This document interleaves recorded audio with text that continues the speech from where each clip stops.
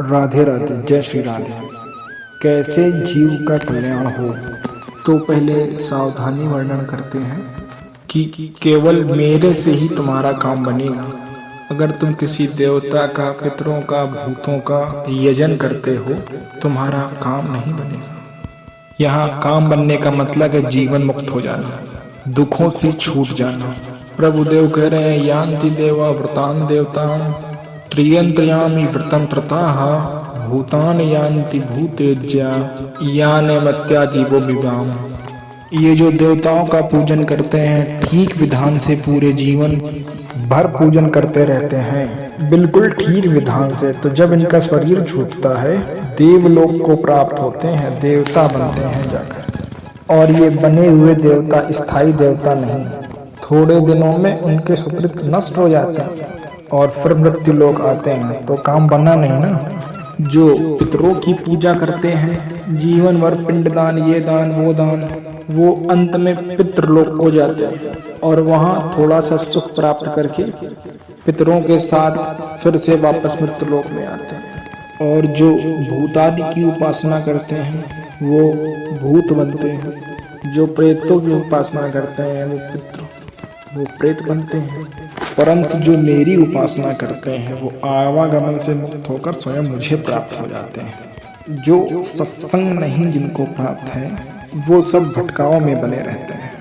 सबसे बड़े पितर कौन, एक क्रम से देखते चले जाओ तो आप पहुंचोगे भगवान नारायण। सबके पूर्वज भगवान नारायण हैं, क्योंकि नारायण के नाभि कमल से ब्रह्मा और ब्रह्मा से सारी सृष्टि। पितर जो हमारे पूर्वज हैं, वो सबसे बड़े पूर्वज भगवान नारायण हैं। वो हमारे निकुंज बिहारी प्रभु के एक अंश से, उनके भी अंशी बिहारी जी महाराज हुए। सृष्टि की सेवा में भगवान नारायण श्री हरि विष्णु स्वरूप से पालन करते हैं, ब्रह्मा जी सृजन करते हैं और भगवान शिव लय करते हैं ये सेवा। और 9 त्रिभुवन निकुल में ये 9 जोड़ी सदैव रस विलसती रहती है। सृष्टि की कोई भी वार्ता या चिंता नहीं है। सृष्टि का कार्य भगवान नारायण विष्णु, भगवान ब्रह्मा जी और भगवान शिव करते हैं। तो सबके पूर्वजों के भी पूर्वज हुए जाके श्री बिहारी, इन्हीं से सबका प्रादुर्भाव हुआ है। अगर इनके चरणों की पूजा हो गई तो सब पितरों की पूजा हो गई। सब देवों के देव महादेव, सब देवताओं के भी पूज्य भगवान शंकर। भगवान शंकर भी जिनका चरणामृत अपने सर पे धारण किए हुए हैं, वो भगवान श्री हरि। यदि आप श्री हरि जी बिहारी जी के चरणों का आश्रय ले लिए तो सारे देवताओं का पूजन हो गया। भूतों में सबसे बड़े भूत पंचभूत, इनको भूत ही नहीं कहा गया, इनको महाभूत कहा गया है। लोग परेशान हैं, एकाद भूत, बाहरी भूत, चक्कर, 5 भूत हैं, इनसे पिंड छुटा लो, कोई तुम्हें परेशान नहीं करेगा। ये 5 महाभूत हैं, इन पर किसी की दृष्टि नहीं है और ये हमारी दुर्गति किए जा रहे हैं जन्म जन्मांतर से। इन्हीं की आसक्ति तो है पंच महाभूत रचित शरीर की। इसको श्री भगवान ने अपने आप से अपने आप को रचा है, ध्यान रखिएगा। इसे अपरा प्रकृति कहते हैं। पंच महाभूत माने बुद्धि, अहंकार, अष्टधा, प्रपदा, ये सब, और ये सब स्वयं भगवान के पंच महाभूत हैं। अगर प्रभु की सच्चे मन से पूजा कर ली तो जितने भी चराचर में भूत हैं, ये पंच महाभूत तो राधा वल्लभ ध्याई के और ध्याइये कौन, आशय दे ही बने नहीं बरी बरी के कौन। जैसे एक एक पकौड़ी में नमक नहीं मिलाया जाता है, पूरे ऐंठ में मिला दिया गया, हर एक पकौड़ी पे नमक का स्वाद पहुंच गया। ऐसे ही करुणा निधान प्रभु श्री लालजू महाराज की आराधना हो रही है, प्रिया जी की आराधना हो रही है, सब चराचर जगत की हो रही है। एकादशी स्कंद में वर्णन है, जो भगवान श्री कृष्ण की प्रभु की सेवा में तत्पर है, वो समस्त ऋणों से मुक्त हो गया। पितृण, देव ऋण, ऋषि ऋण, मातृ ऋण, सब ऋणों से मुक्त हो गया। पर जिनको सत्संग नहीं मिला, वो अपनी कामना की पूर्ति के लिए ऐसी आराधना करते रहते हैं। पिंड देने मात्र से पितरों का कल्याण नहीं होता। अगर अपने पितरों का कल्याण चाहते हो तो श्री भगवान का भजन करो। जब कोई भगवान का भक्त पैदा होता है ना, नारायण जी ने अपनी भक्ति सूत्रों में वर्णन किया है। पितर ताल ठोकते हैं पितरलोक में कि कर्म मुझे बंधन में नहीं डाल सकते, परास्त नहीं कर सकते, क्योंकि मेरे कुल में भगवान का नाम जापा भक्त पैदा हो गया।